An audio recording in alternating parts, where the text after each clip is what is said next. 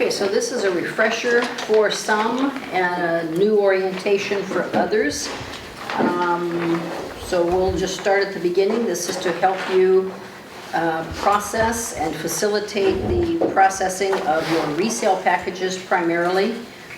In your office upstairs, you have an inbox that will have a number of applications that look similar to this for resales. They'll have a green cover. It'll be checked that it's a resale. It'll identify the manor number in question and the date that it was submitted to you. And so lots of times we put new packages in, and so the old ones go to the bottom. So when you're going up to process, it would be good to start at the bottom to get the oldest ones first. But following this cover sheet, which is intended to allow you to ask questions. If there's something that you don't understand or something you don't like about this package, if you'll put your question here and then take the package to Catherine, she will call a staff person to come and retrieve it, because if you just put a note on it and leave it in the box, we might not see it, and it could be there for days, and that's not good for our customers. Following the cover page is a staff report. It is kind of an executive summary that gives you the nuts and bolts of what is contained in these documents. Sometimes the packages are very thick, sometimes it's modest like this one. So there's a recommendation, first off, whether staff recommends approval or denial. It gives some background about this buyer, and it also then gives you a discussion category which generally captures the income and assets provided by the buyer or buyers, and whether or not it's a cash sale or it's being financed. I have two membership counselors, Debbie Butler and Linda Woods. They prepare these documents and then I review them. So without going into the guts of this, which we'll go through this package that you have today, let's take a look at what these various components are. In the beginning, we've got a couple of pages of introduction. I think everyone here knows the basics, so I don't want to spend a lot of time there. The fact that sometimes owners in United are referred to as owners, members, shareholders, or stockholders. We don't seem to have a consistency yet, but maybe we'll get to that point. The purchase of a membership is the right to exclusively occupy a specific manor or unit. Some look at the purchase of a co-op as a personal property transaction because you're buying a security, a stock in the corporation. However, that purchase necessitates the involvement of the real estate professionals.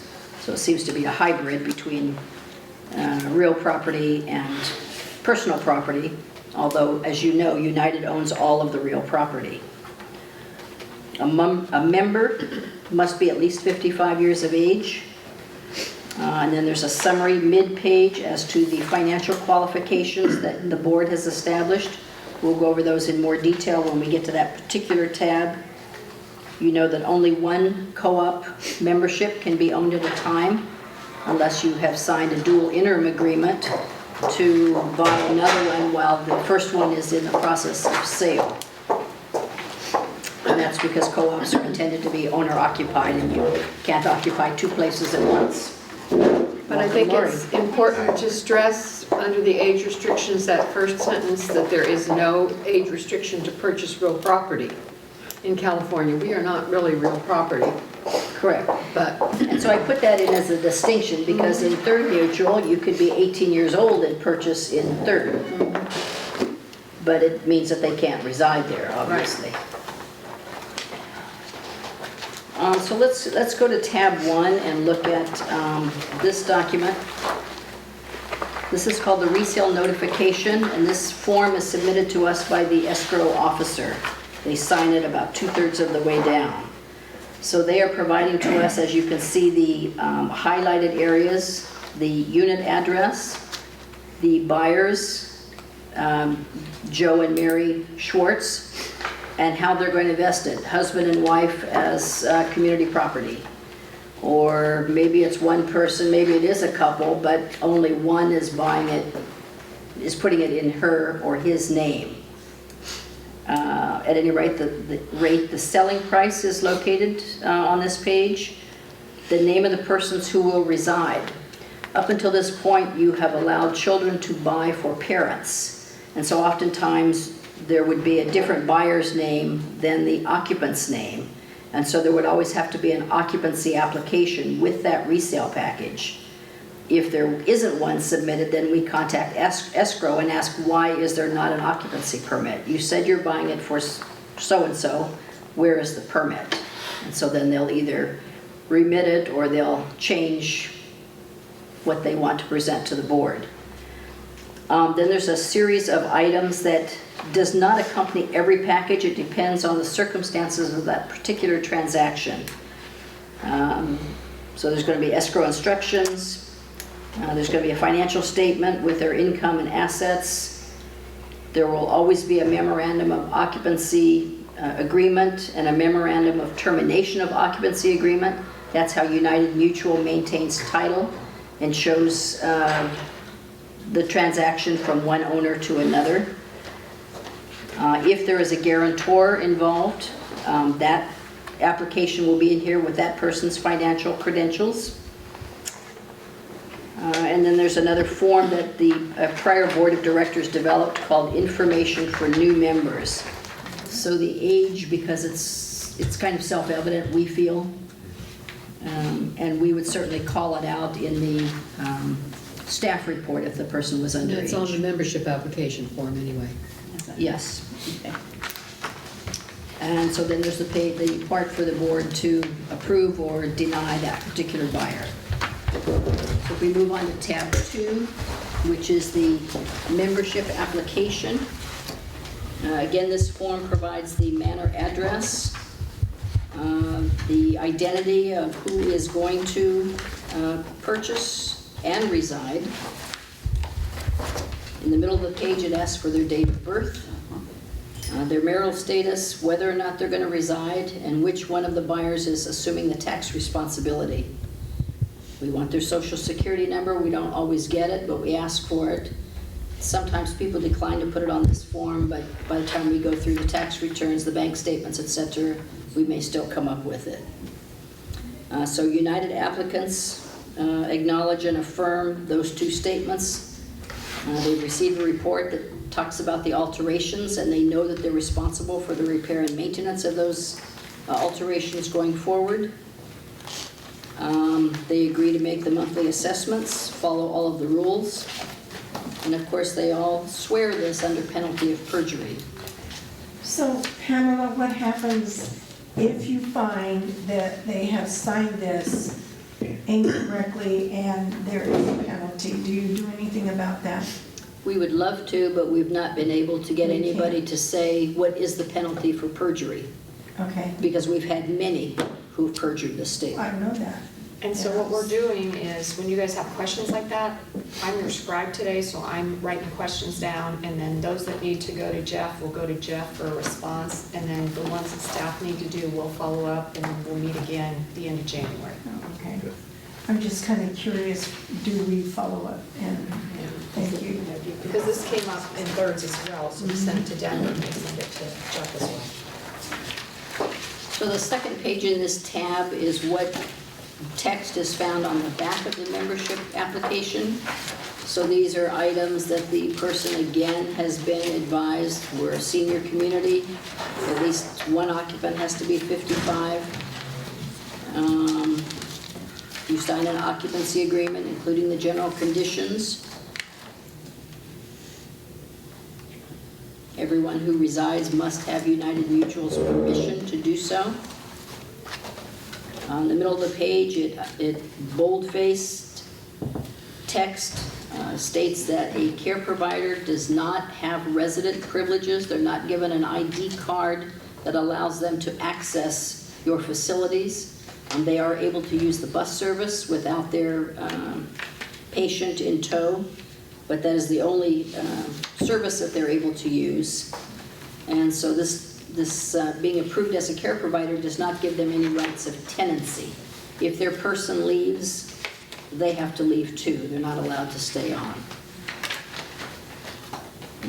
Occupancy limited to number of bedrooms plus one.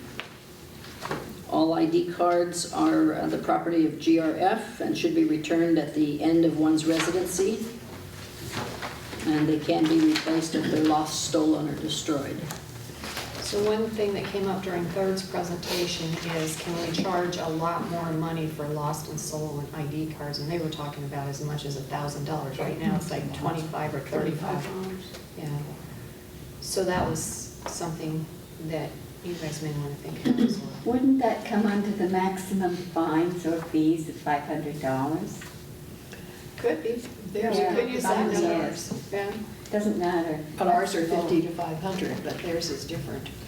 They have a different. They have a different fee limit? schedule. Third? Yeah. I thought that was by state law, the $500. I don't think they go over 500. Yeah, okay. No, I think that's according to David Stern. Yeah. I'm not sure of that, though. That's a good idea though, Pat. 2 points I'd like to make on this because it comes up all the time. On that first page where they say they have received an inspection report of any alterations that have been made by previous stockholders and they take care of maintenance, they sign it, they do it, but how many times do we get people that come in and say, I didn't put that skylight in, I shouldn't be responsible for it, I didn't know about it. They should have, they don't read that one page. And the other thing is that any other occupants who reside must be at least 45 years of age, except for a spouse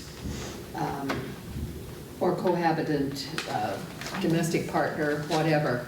Because, again, we get people that want to be co-occupants that are under 45.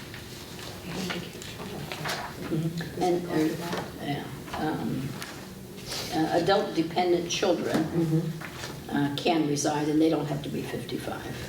They just need special Do we need to add that here? Or is that dispensation. No, it does say It's right here. under certain conditions Adult disabled. and approved by the board. Under 51.3 of the California Code. Okay, we're ready to go to tab 3. Tab 3 is the GRF Trust Facility Transfer Fee document. That fee currently is set at $2,500. Most people choose option 1, they just pay it in a lump sum. But by California law, they must be given a payment plan if they prefer to finance it. And so if they do select option 2, this next page in the document is the promissory note that they sign. So the principal amount, the $2,500 plus the $252 administrative fee becomes the principal amount, and with interest at the end of 7 years when they complete this payment plan, it's $2,951.78. If they sell it before the 7 years expires, then that is accelerated and is collected through escrow. How are those fees paid on a monthly basis?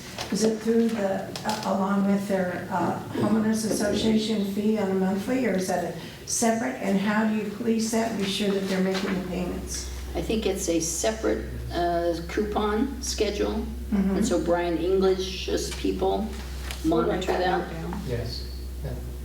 I did that when I bought my unit 4 years ago, so I have an automatic payment from my bank for the $22. Is that required that it's an automatic payment from your bank? No, Okay. but it is I a just separate. wondered how you keep track of that and how it's policed. We'll find out. Brian. Yeah, Brian does a really good job keeping track of all that stuff. So, I don't know this, so I'll ask a question. GRF has a transfer fee. Do we have a fee for the transfer of the stock certificate? No, it's not ours. We have an administrative fee Okay, of $350 for the application. for the application Okay. process, and that's pretty standard with most HOAs. Third Mutual, I think, has a $400 fee, and their differential has to do with the elevator pads in three-story buildings. But that transfer fee is per state law, right? I mean, they have to have the law. The $2,500. $2,500. Only GRFs. Yeah. Yeah, just GRF. Pamela, question is, I know that GRF is passing a resolution, or they may have already passed a resolution, saying that no matter how many times you buy or sell a co-op or condo, you have to pay this, let's say Each transaction. each time you have to pay this fee. They passed It it. used to be that you could get away with just doing it one time if you own several co-ops over the period of many years. But now it's going to be every time you buy a co-op, you have Yeah. to Right. pay this fee. Right. That's true. And that was Yeah. approved yesterday Okay. for the, it still has to go through 30 days, and we did present that to the realtors when we met with them the other day. Thank you. And what we did for them is those that have signed this calendar year still are going to be able to go until March 30th. If they have something that is They have something in escrow that's open. to try to accommodate them. And that's the same for Third and United. That would be the same. 2,500 feet. Correct. No matter how many co-ops or condos. Mutual 50. You're paying addition and towers too. Okay, so that takes us to tab 4, which is the financial statement and credit information. This is a document that is filled out by the applicant. So again, he's going to identify the unit he plans to purchase, his name, age, social security, and marital status. This page, we ask him to identify what the purchase price is, whether or not he's going to finance it, how much of a down payment he's making, how much the loan is, the monthly loan payment. He may not have all of those details, but he should certainly have some of them by the time he turns this in. He may already know that he's selling a home elsewhere and he's going to pay off the balance of his purchase, whether it's an all-cash purchase or a loan from NCB that he's going to pay it off with the proceeds of that sale. And then the applicant, we've got room for 2, because typically we're thinking a husband and wife are going to provide their salaries and wages, social security, pension if they get it, rental income if they have investment properties, annuities, IRAs, et cetera, et cetera. So we ask them to identify it, but we never take this page at face value, ever. So we ask them, as per the second page, to give us their signed federal tax returns.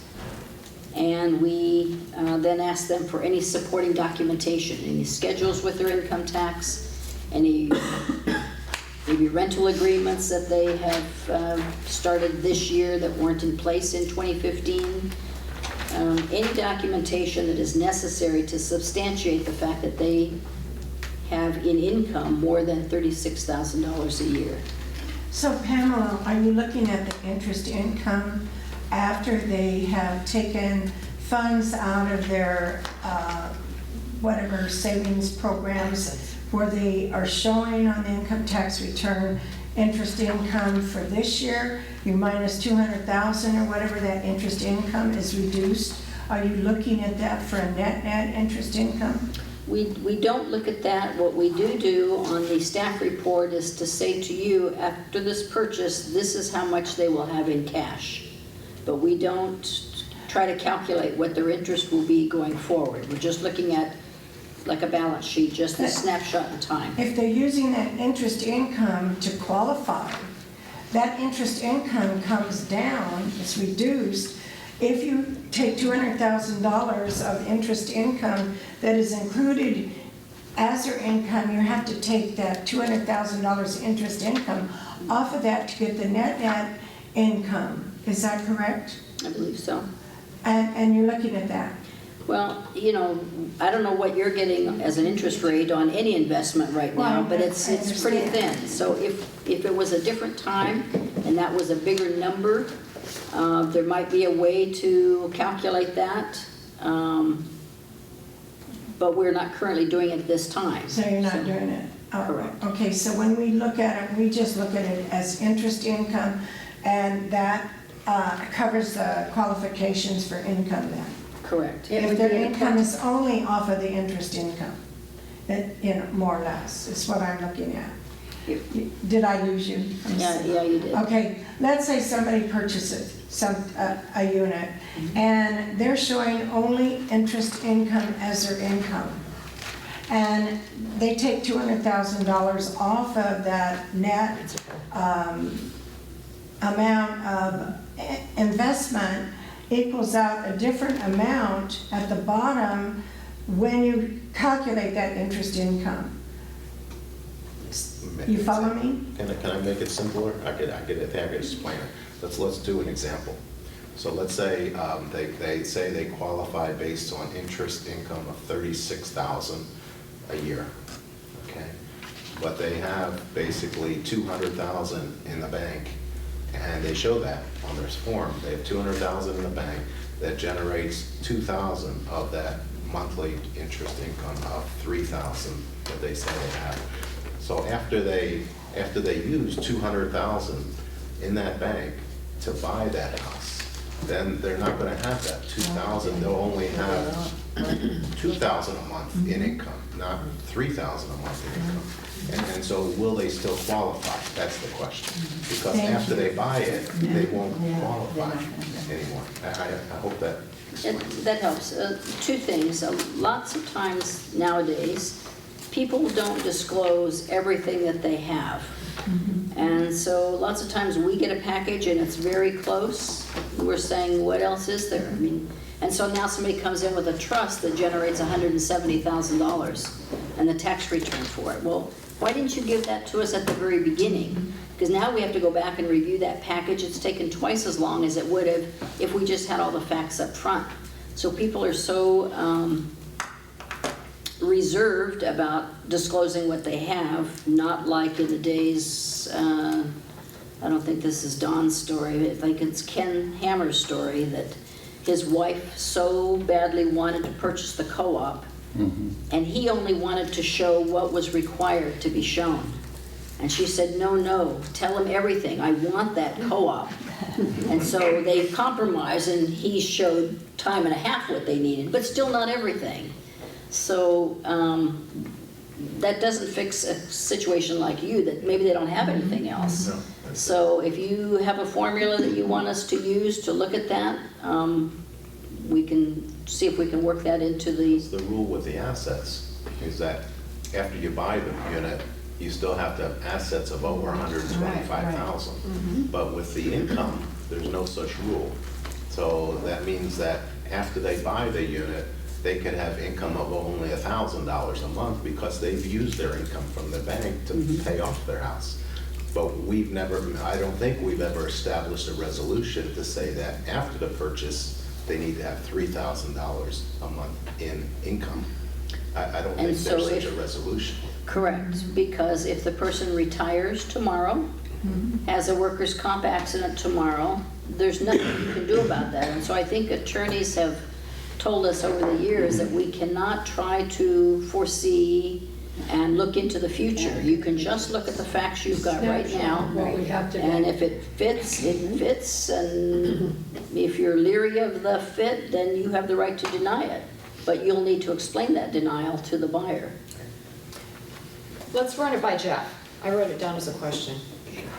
So, being new to the process over the last couple of months, I've looked at a lot of these applications, and I've had similar questions to Janie's, because you not only can the dividend interest income change substantially by the purchase of the property. If you have someone moving here from out of state, and they say that they are currently employed and they have an income of X, when they move here, are they going to have that job? And the answer is no. So that's a substantial change in income, and I've been giving it some thought, and I think we as a board need to have some conversation about having some provision of what is your income now and what are those sources, and what do you project your income to be once you permanently reside here.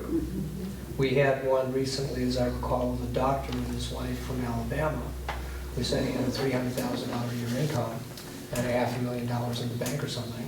And I thought, well, when he moves here, he's not going to have any more patients. unless he opens up a brand new practice. So that's a ground up thing.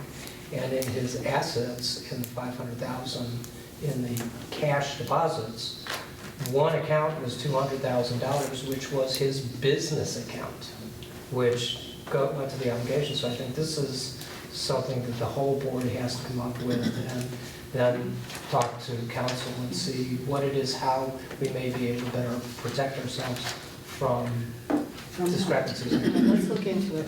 But if you go over 2 pages, it's page 13 there, for the income requirements, it specifies at the time of purchase. That's good. So we don't force, because we do have people, as we have discussed, they don't have 125,000.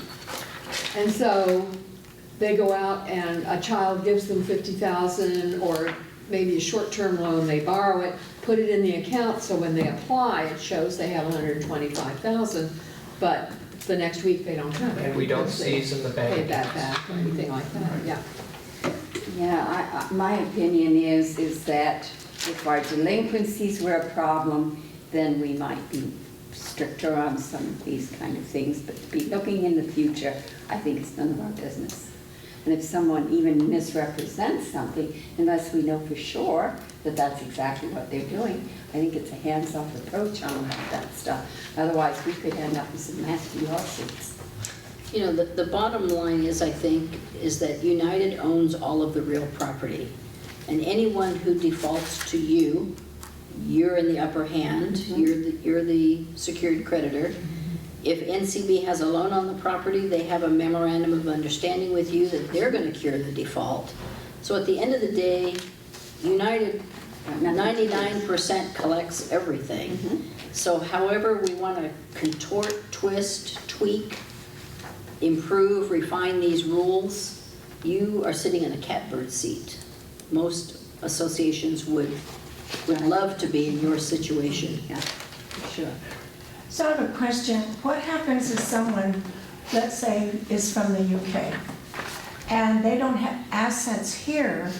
They have a lot of assets they can prove in the UK, and they want to purchase here. They cannot unless they have assets and some U.S. financial institution. here. Okay. Or over there, right? No, If you had a only bank, here. Bank of America in England, Is Bank of America in I England? don't know. Well, Chase is, Well, Chase then. yeah, if they, I thought that If you it's in could a- if it was. If it's in a U.S. financial institution, a U.S. financial, it doesn't, It doesn't have to be in the United States, though.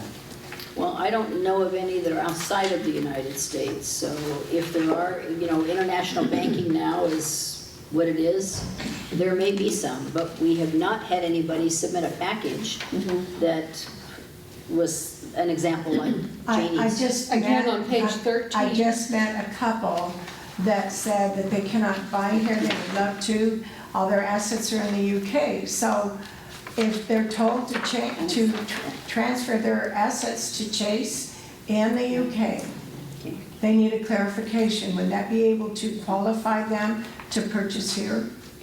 Unacceptable income verifications include funds held outside U.S. borders. Because we can't go after them, it's hard enough going out of state to get stuff. Yeah, I So just I want think a it's covered in here. clarification Yeah. for them. Yeah. Okay, thank you. Specified. F5? The other thing I would like to bring up, are you going to look at page 14? The last page, or next last page right there.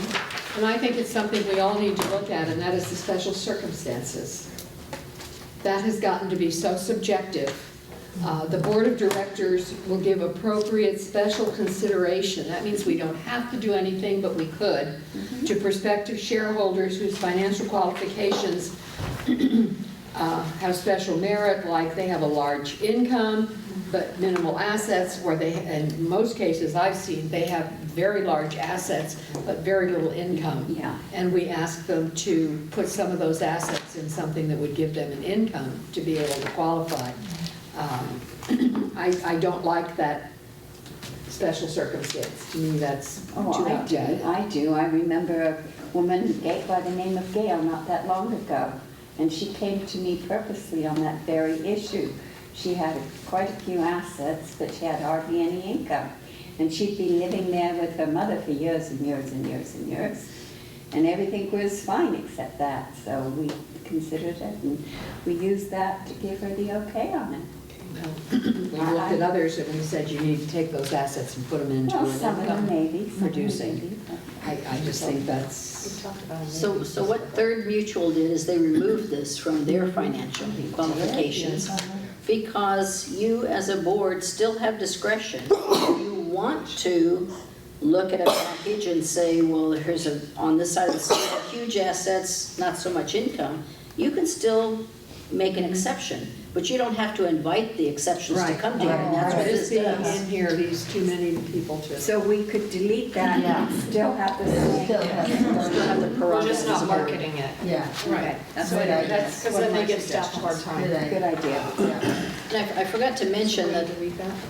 back on the financial statement and credit information that the prospective resident provides, the membership counselors run a calculator tape, and they add up all of the income and they add the assets, and they circle in red on the support documentations where they're getting those numbers from, so that you can look and see, this is how we came up with this total of income and that total of assets.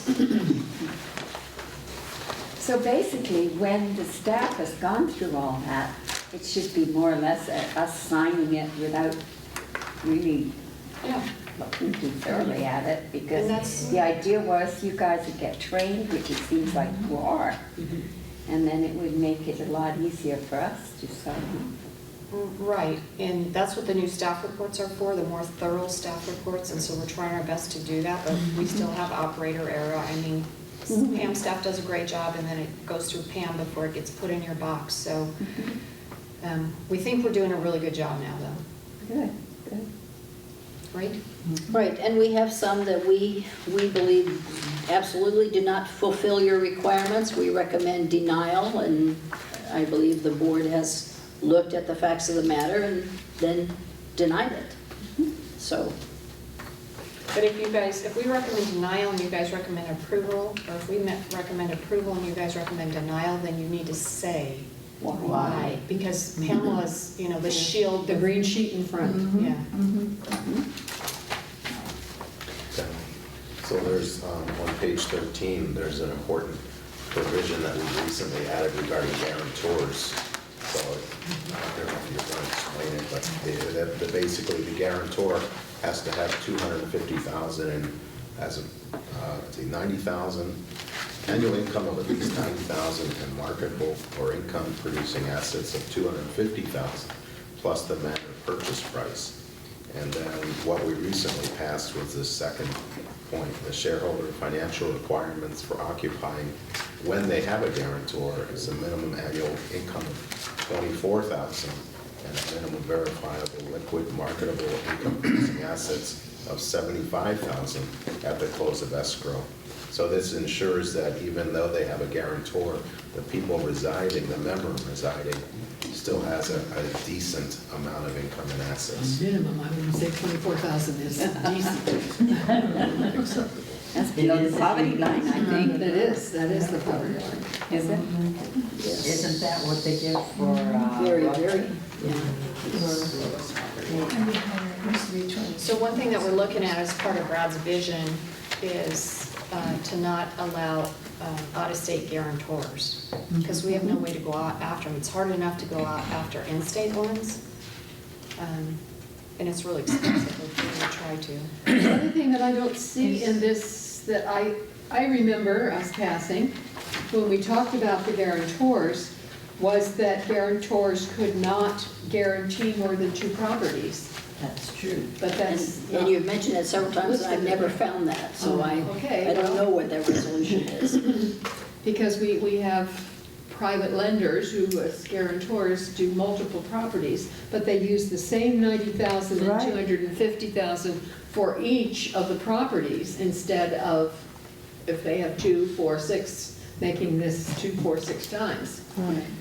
So you have eliminated the individual recognition agreements for the private lenders. So now either you as a buyer have sufficient income and assets, or you can get a loan from NCB, or you can get a guarantor.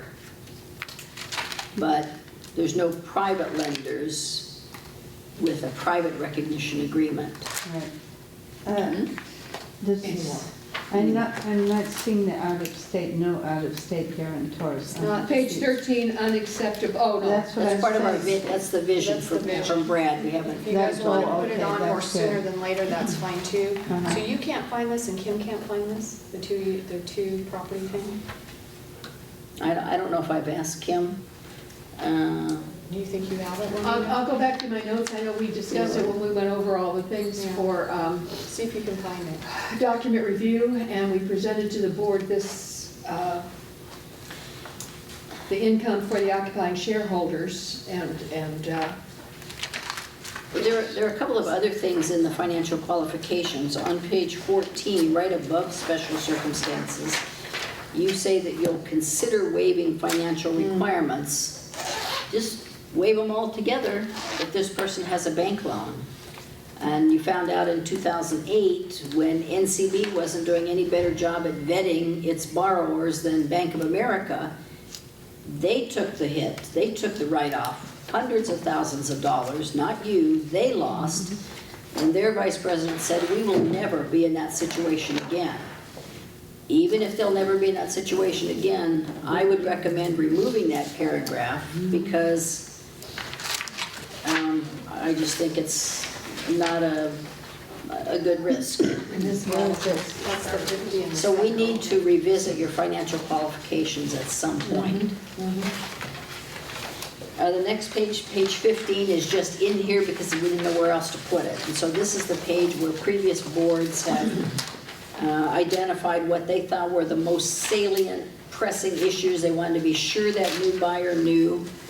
And so again, they initial it, they sign it, they agree to abide by it, but not I so think the much. first one is really important, because people just go through and initial this, and then they forget that they said that they're moving into a independent lifestyle that does not provide any form of health care or assisted living. Yeah, And That should be important. Well, the caregiver policy that we have amounts to assisted living. That's a good point, it really is, because we get a lot of the people asking for things for assisted living. right. Yeah. MSC, not, you know, the elevators they want, or the lift, I guess we call them, ramps and all this Yeah, stuff. yeah. And they don't, you know, we approve them if they pay for them.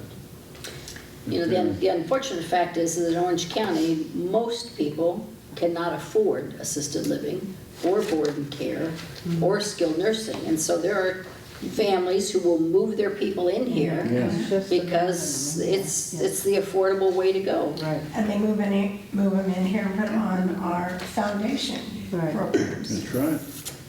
right. It's been a lot of problems, especially lately. I talked to a lady Yeah. yesterday that, If we didn't allow caregivers, that would solve a lot of problems. Can we not allow them though? At least on a permanent basis? probably state law would prevent On a us doing temporary that, I would basis, maybe? guess. I'll write that down.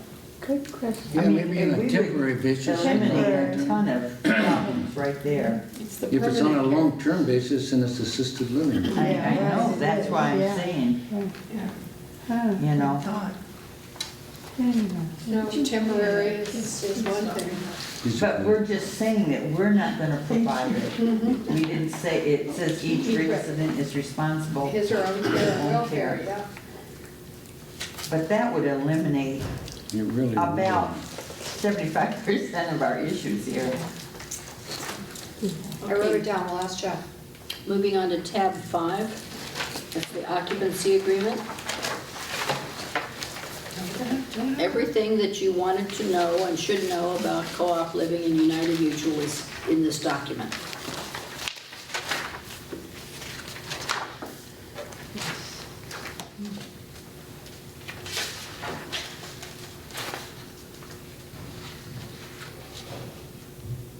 essentially the first page, the signature page says that there's a landlord-tenant relationship between the members and United Mutual, that the occupancy agreement is renewable for successive 3-year periods, so long as the parties abide by the terms and conditions.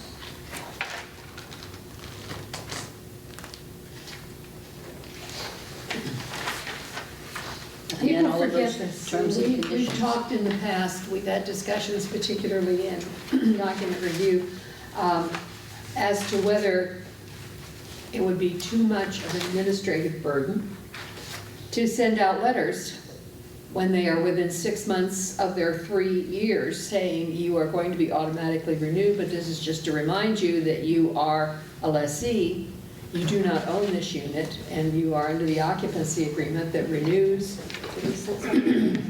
You know, I have a thought on that. Well, people don't remember that they don't I own know. that unit. What I'm wondering is if we take some of these documents that people are just negligent about and put them in our newsletter, maybe just a link to the actual document, but just briefly state what it, the important salient facts, Just as a and then put a reminder. link. And then do maybe just one every month or every issue. I like sending letters, though. Yeah, Why but would that that be? is costly. It could be automatic once we get the new system. Before you, Lori, when they asked me the question, I said, yeah, we can do it, but right now I don't think we can. But it's, We just I think it's an administrative, I'm gonna say necessity, but it is, I think it's to United's benefit, because should there be any changes to this document, you want people on a rotating basis to agree to those new changes. And right now, the only thing they've agreed to is what they signed when they purchased. 20 years ago. So let's say there's some provision that the board wants to either reinforce or reinstitute.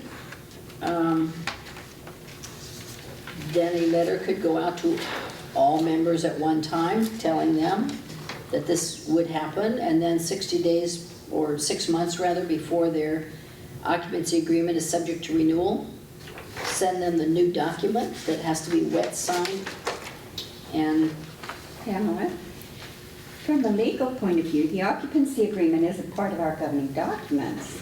If we change our governing documents, the members are supposed to agree. They're supposed to. well, yes or no vote. even if they agree, but their signature with the date 2005 is on this, if the vote goes that way, it hasn't changed their individual document.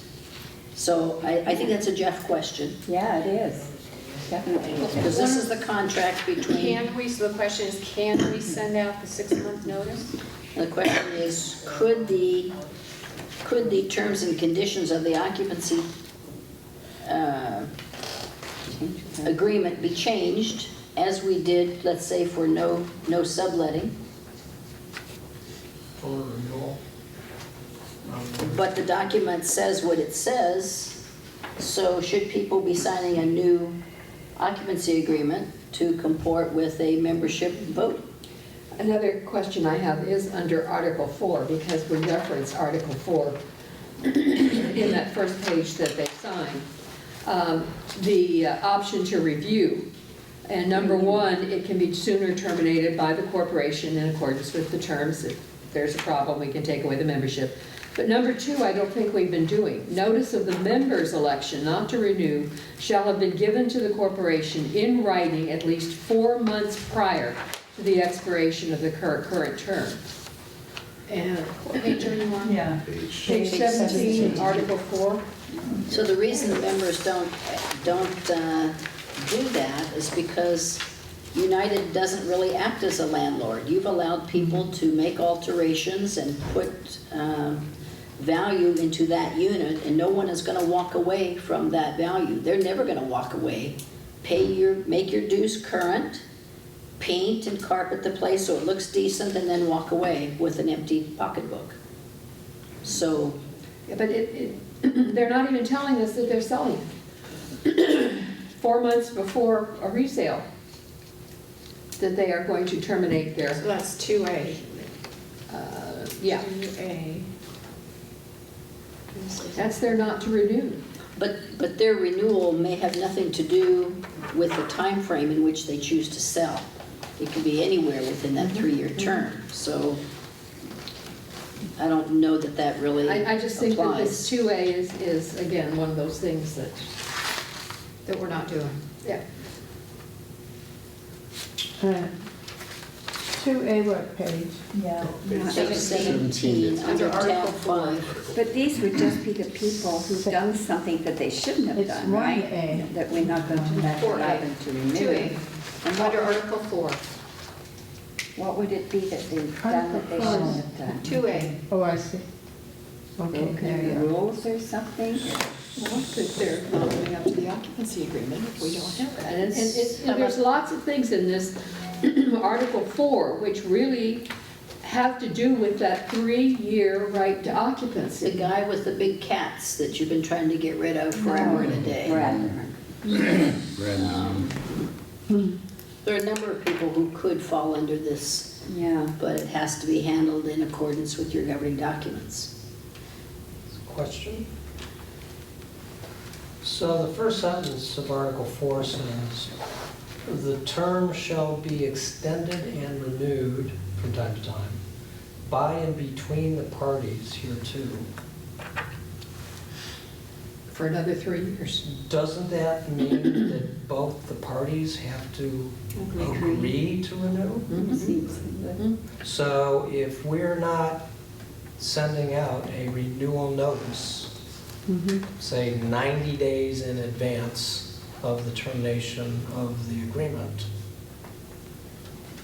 So maybe that's how we can get rid of some troublemakers. Yes, Right. I was going to say where we have some situations where At we least have- in 3 years if we start doing it. Because now if the renewal agreement is not renewed, if we've had a problem at a manor with someone who's residing there and they get a notice that says, you have to renew, now we get a renewal application, like we do for a healthcare worker or a resale or whatever it is, and staff has on file issues that have been problematic to us over the course of the prior 3 years, 90 days before renewal, we could reject the renewal. So it would be compliance or payment issues both, right? Or, yeah, so Would we want to do that with everybody then, whether they were good guys or bad guys? I think you have to. You would have to You have have to do it for an everybody. You equal would? application. Because this would create quite a bit of administrative things, costs, I think. But I'm thinking once we get the system going, Right. if we get the right system, it's gonna spit these letters out. And one of the things that it would I do love this. is when you have an empty manor, someone has passed, or it's a probate situation, or where a manor is empty, we do have additional liability because if there's a leak in the plumbing, if there's an issue, and the manor is empty, we might not know about it. So this also comes down to protecting ourselves from financial loss. Okay, So you would, it's not a bad idea. question? So you would send out, I mean, I've never signed a renewal. I've been there 12 years. So we send out a notice for everybody with their bill maybe this year, or we already did, we sent that out. yeah, I've never But, so we need to signed send it out, Every 3 years, 90 Or days. or just send it out this year to everybody and say if you moved in before, if you moved in after whatever date, please sign and return this renewal of the occupancy agreement. It seems we'd have to send them out at different times. That's what I'm- Depending upon when the particular unit comes up, the 3 years. Well, for a whole bunch of us, it's going to be right now. And some of us, it'll be in 2 years. Yeah, right. Because the renewal period has already gone by. Right. But I think legal counsel would tell us that you should, This whatever way the you set the initial ground floor. approval date was, Yeah. that's the 3-year period. And if you've missed it, and we're now in the 4th year, you're probably going to have to wait the 2 additional Your years. 20th year. But if we put it into effect across the board, I think it would behoove us greatly. Well, that's why I think if we sent it to everybody now, I mean, not put everybody on the same 3-year notice, but that would at least put everybody in right now. See, otherwise, if you wait a year, those people are not in under it. If you sent it to everybody. It is because creating it's automatic. problems. It's automatic. It's already happened. Right now, it's automatically renewed with no, Right, no, but if you're saying, no, you need a signature, or we need every year, every. I don't think you can go backward because they'd already be grandfathered, but going forward, you could require the wet signature. for Well, you mean only for new people?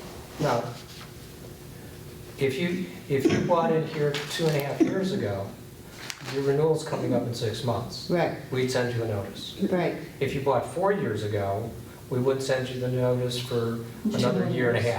How about if I bought 12 years ago?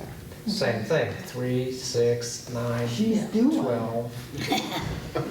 You're out of here. Boy, you're in trouble now, But I was elected. No, so what I'm saying is you establish a ground floor for all those of us who have not been signing this every 3 years. I think we asked Jeff, Trying to come in. I think we asked council for clarification. What do you think? Because then they have the requirement, then they sign the agreement that every 3 years they will re-sign the agreement. And it gives us a right to terminate, or Right. I should not say Exactly. terminate, to not automatically extend Automatically, right. where we're losing that opportunity So now. I'm thinking you might want the ground floor. You might extend on a 1-year probationary basis, let's say for a Or club 6 person months or or- something. Yes. So, Lori, do we have knowledge of how many of our members have computers and emails and how many do not? Because if we send something out through the email, we're missing the people that don't have computers. So the way we reach them is through the Globe. Almost everything we send by email, we send those same articles on that Friday to the Globe. a lot of people don't read the Globe. Yeah. A lot of people don't watch Channel 6. Yeah. It's hard, and we send them to Channel 6 too. The only way they hear about it is a neighbor says something that usually is wrong. It's gonna have to be a mailing. And in some way or another, we can find out who has computers and who do not have computers. If I may. So my understanding is we have 12,741 residences between the 3 mutuals. 36, 12,736. 12,700 and change, whatever the exact number Yeah. is. That the last broadband communication meeting, Russ Ridgway said, we now have 9,000 people with internet. Right. So we're approaching the 3/4, 75 percentile at this point. So in answer to your question, just on that basis, it Well, would yeah. be 3 out of every 4. And I'm thinking about the 3,000. Understood, but that's, For this type of a letter, though, I don't that's think going you- out to members who may not even live here, Yeah. it would have to be a letter. Yeah, Obviously, it not gonna would, write yeah, it there, yeah, that- Right. because you yeah. can't rely on an email. No. It may not go to the right No, no. person. Yeah, So- true. We have enough absentee landlords that would be Yeah. necessary. So if I may, we were able to reserve this room for a total of 1 hour. So we need to recess and circle our wagons in the Sycamore room. And lunch is being provided. Okay. Grab your kisses. Thank you. You did a good job passing them out to everybody. You're the best, Lori.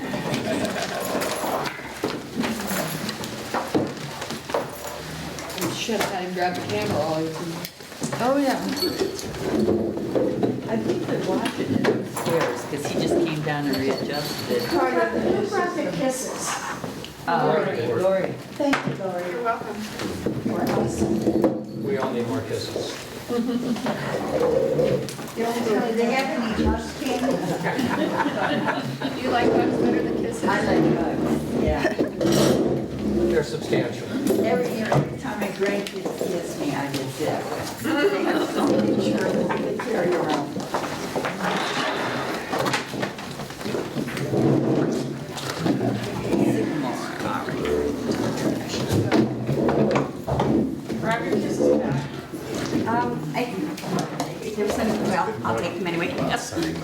out to them. I never know Problem that. cases. Now, whose is You this? didn't know that? I don't know, but it needs to go with us. Yeah, it was an extra. I signed it, it's good. That would be Andre. Right? Well, by not getting it, you're continuing to be renewed. You have to watch the video. That's my point. Whether we want to and or lose it, opportunity. Monitor. If we send out a renewal, we'll say, just make it.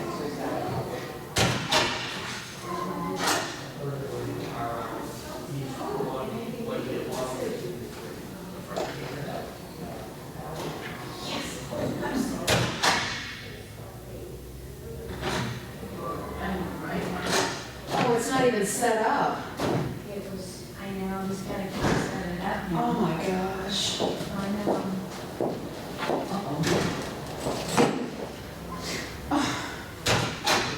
Look at TV. No, he Yeah, so I hasn't. had no idea that she I had didn't, no 12. I didn't either. Coffee for us. You know what? I think I'll go and tell him that the room's available and try to find him to see if he can start setting up. We should grab some. Well, shoot, let's hear. Yeah.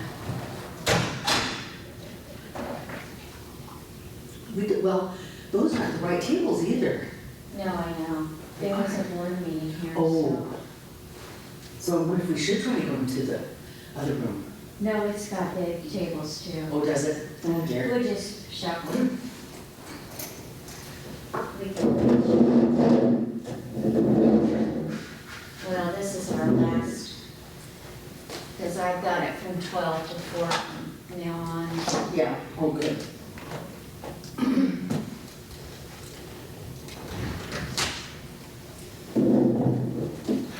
I can start doing that too. Yeah. Nope, but I think I have, I know which put my money on this $5 bill. Okay, she's coming. Good. So what are you doing for the holidays now? I'm just gonna be with family. That's Yeah, not traveling anywhere. I'd love to go on a cruise for Christmas and New Year's. I'd love to do You know that. what? Debbie and I talked about doing a bunch of us doing a cruise. Wouldn't that be fun? Oh, I think it'd be great. Debbie and I actually did that as a celebrity about 3-4 years ago. And it was over Christmas and New Year's. It was the best thing ever for me being single, because I don't like the holidays. I really don't, the 37. Here it is. I thought I put it in here. It is hard. It is hard. But I heard Christmas and New Year's was the worst time to go because it's so crowded and expensive. Well, Because a lot of people spend Christmas doing that with families or. it did have a lot of families on there, but we got the price. Oh, you did? And in fact, we went through a travel agent, they gave us all of our booze free. In fact, my friend Betty figured out with all the things, we had to drink 8 drinks a day. Oh my We gosh. didn't do that, but we had fun. I guess that would like put on the weight for sure, right? Yep. Oh my gosh. I think I What did you? went to put my keys in the purse and I must have dropped them on the ground. Oh, no. Hopefully you didn't lock them in the car. No, I can't do that. That's good. I can't do that with my car either, thank goodness. But you know how you just throw them in your purse? Oh, here they are. They landed. I know, Right, and they the landed. purses are the worst things to. See that side pocket right there, Terry? That's Yeah. open? That's a The keys great in there, idea. And they never go down to the bottom. Yeah, that's a I fabulous should do idea. that, because that Luther's has all kinds of little side pockets. Who's playing with who today, Debbie? Well, that's what I was getting out. I was saying, okay. Thank you. A couple years ago at Chico's. Oh, Jesus. Okay, That's my here's what favorite place. everybody's playing. Oh, you play with Galloway. I play with Butte. Oh, and I'm You here play with with Jan. Champagne. Okay. Jan and I used to play over at Sea Country Road. Oh, super, thank you. Yeah, how come you guys aren't playing Sea Country anymore? Deborah? Yeah. Jan just decided she didn't want to keep playing. Okay. Okay, here's the yellows. Here's pencils.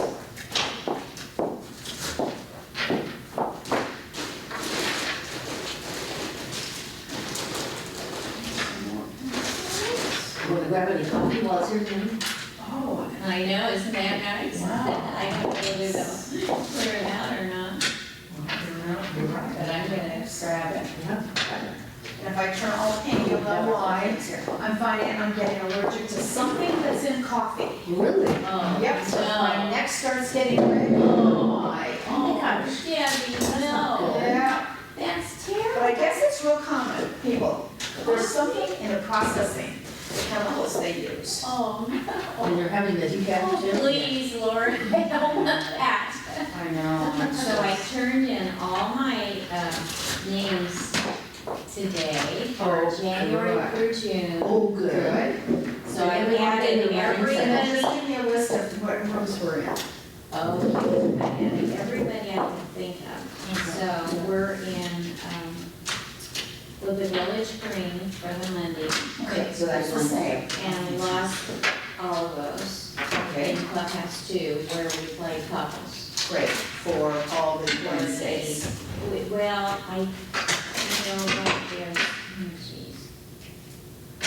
I think it's not until later that we have January to June, let's see. Oh, just send it to me, yeah. I think it's